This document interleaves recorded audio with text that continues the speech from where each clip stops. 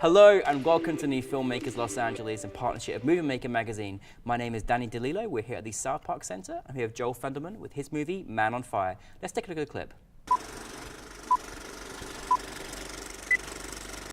Right here in Van Zandt County, we've had colored water fountains, white water fountain, colored bathroom. Here in Smith County in Tyler, downtown Tyler. If you go down there to shop, if you was a minority, the only place you could use the restroom, you had to go to the courthouse. Go down in the basement to the bathroom. I remember that. Joel, thank you so much for being here today and coming to LA. For those that haven't seen your film, tell us a brief synopsis. Sure. So Man on Fire is about a town of Grand Saline and about this elder white preacher who sets himself on fire there to bring attention to the racism there past and present. Your movie was just like probably one of the most moving things I ever saw, and the way you captured it was just amazing. And really hard to watch, but very important to see. Where did the inspiration come for you in creating this particular project? Well, I heard about this story of this preacher. It happened in 2014.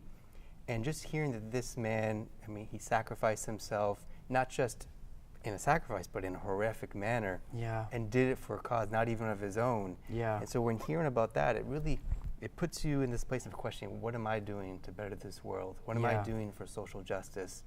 And not as much as I could be doing, so that's what really got me. I want to learn more about this man and more about this town that he did this act in.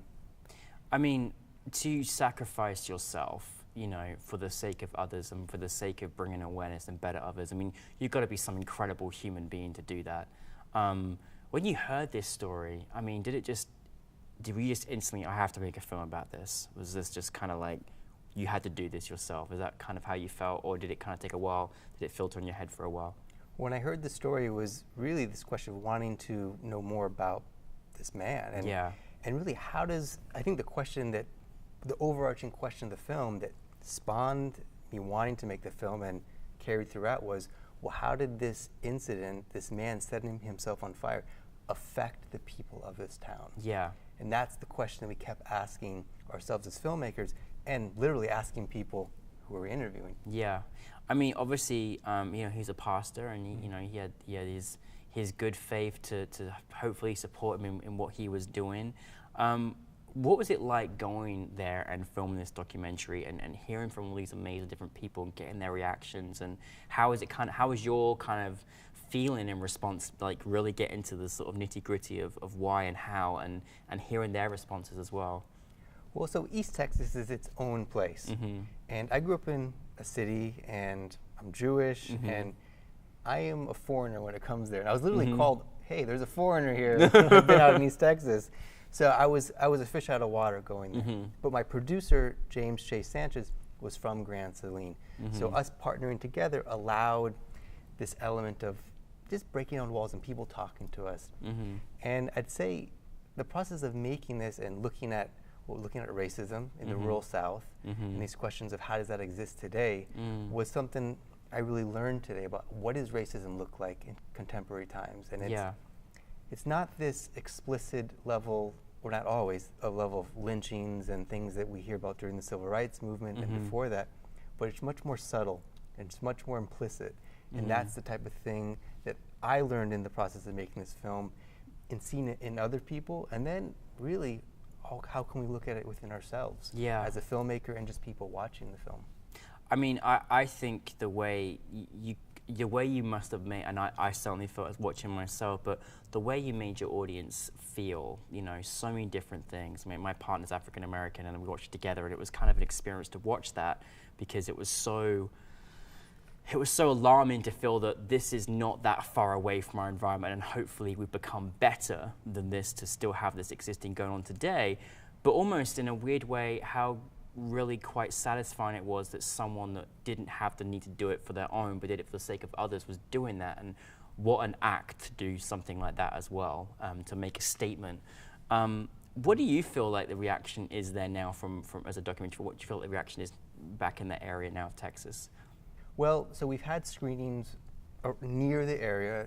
Grand Saline's a small town, 3,000 people. So we did a screening at a theater in Tyler, which is about 40 miles from Grand Saline, and invited everyone from the town to come. And one person came, the county historian came, Elvis Allen, and that meant a lot that he showed up. And I asked him, were we fair to Grand Saline? Because that was important to me, that we're going to make this film that's controversial. It may not make everyone look great, but were we fair to them? And he said we were. And other than that, we've sent screeners, donated a copy to the library, and trying to get people of Grand Saline to watch it. But really, there's a Grand Saline everywhere. Grand Saline's not unique in itself. There's a Grand Saline in every city, especially in the South, but not just the South. And so there's opportunity wherever we are to take this film, this conversation that hopefully it starts, and reflect upon it and say, oh, maybe this is my town, or the town down the street. What's it like when you're a documentary filmmaker and you're making something that is maybe controversial to some people but important for others? What's the feeling like when you're trying to delve into kind of getting the research and actually getting the right people to comment on such a film, and how is that process for you in bringing all those amazing subjects to your film as well? I have this saying in filmmaking, and if you show up, something will happen. And so a lot of times I'd love to say that we architect it in such a way, we research the right people, and we do to our best of our ability. But really, most of the time, or at least half the time, it's showing up and the universe or someone brings this person, and then they have someone that they say, oh, you should talk to this person. And I don't know exactly how it all works, but it just kind of works out. And you're constantly making it and remaking the film in the process of doing it. Well, you had some, like from the get-go, you had some very powerful moments, and the way you shot it was just, there's this, when you see it, there's this beautiful scene at the beginning where you just, see him. It's just by seeing him going through the experience, I don't want to give too much away, but it was very powerful. Was that something important? Did you kind of really want to show elements of the film where you really felt it? Like you really felt what that person was actually doing? Was that something that was important to get some visuals in that respect?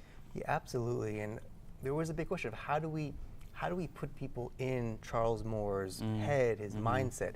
The man's passed, there's no archival footage of him, but by using these reenactments that Ron Blanton played phenomenally. Really amazing. And because we just see this much of him pretty much. That's all you need, And so just getting that close up and like, what's it like when you're pouring gasoline on top of yourself and about to ignite it? Yeah. And how do you communicate that to the audience to put them in that place and that mindset? Yeah.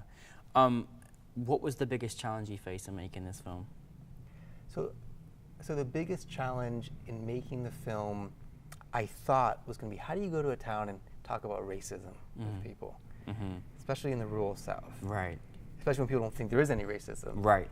And what I realized quickly, because people aren't going to talk about that, and they're going to talk about anything they don't want to talk about. But people communicate so much about what they're not talking about, what they don't say, what they avoid to say speaks volumes, body language, and so that's what was, I thought, going to be a big obstacle became fine. It's amazing. What's your reaction been like, having your film at New Filmmakers LA, having it in front of audiences, and showing such a significant circumstance that took place, and what's your reaction been like for the audience thus far? Usually there's great Q&As afterwards. People are interested. People have a lot of questions of who was this Charles Moore, and how did it affect the people of Grand Saline? And people were questioning, like, was he crazy? Was he not? There's lots of people want to know more. We kind of give them a taste in it and really give some answers, but really pose a lot of questions. So it's been a great dialogue afterwards, and people feel, I get a sense they feel ignited, and they want to share and talk about it. And for you as a filmmaker, what did you want your audience to get from your film? Well, the last line in the film, I have this preacher, Jeff Hood, and he says, the people of Grand Saline want to move past this, but really they need to sit with this. And in the process of making this, and if there was a message I would say that the film, I hope, conveys, is the slavery, racism are past in America, which we really haven't dealt with. We really need to, and we need to sit with it. So Grand Saline is just a microcosm, I think, I see it as of America. We can't move past this until we deal with it. There can't be reconciliation until there's truth first. Oh, I think that is extremely important for us to realize. I really do think that's amazing. I think that's also very important to know that, be aware of there are circumstances today that, thankfully, hopefully we've moved in leaps and strides, but there's still a lot of work to do and to work on to improve our society and how we live in this world as well together. I'm so glad you shared this film, because I think it's just, again, sadly it exists not just here but across the world today, and we want to do everything we can to sort of have better understanding of each other. And I think it's also really great you showed a film that was just really about someone who, for the sake of others, put himself on the line to make a point and a statement, and that there are people out there. Hopefully they won't go to the extremes of this gentleman who did quite something very extreme, but to actually make sacrifices and support people, that maybe you may not go for them yourselves, but you support others around you. I think that's so powerful. What is next for you? Lots. You always got to have a lot of irons in the fire, and so I have fiction films, documentaries, so a lot of stuff in development, but always with a socially conscious angle, a question that I'm trying to explore. Because really filmmaking for me is, it's a level of healing stuff that's within myself, and that's the process of doing it. Making films is how you can explore it further. If I heal it in myself, then I can heal it in other people too. I think that's an amazing point, isn't it? It's really nice. Some people find therapy through their own filmmaking, and with that, you actually provide that for other people as well, and you change people and their perspectives, and I think that's so wonderful. In your experience, any filmmaker that was out there that wanted to get involved in making their project, but not quite sure how to make that step, what piece of advice do you have or may have been given in your experience? Well, I think, kind of what I said earlier, I would say the one thing I always say is just, I always say something will happen. If you show up, something will happen. And a lot of times that's it, just show up, just start making it, and you'll be surprised. You get the momentum going and just stuff starts to happen. You just trust it. And the process. Forget about the result, focus on the process. If you're enjoying the process of making the film, the result will be a positive result.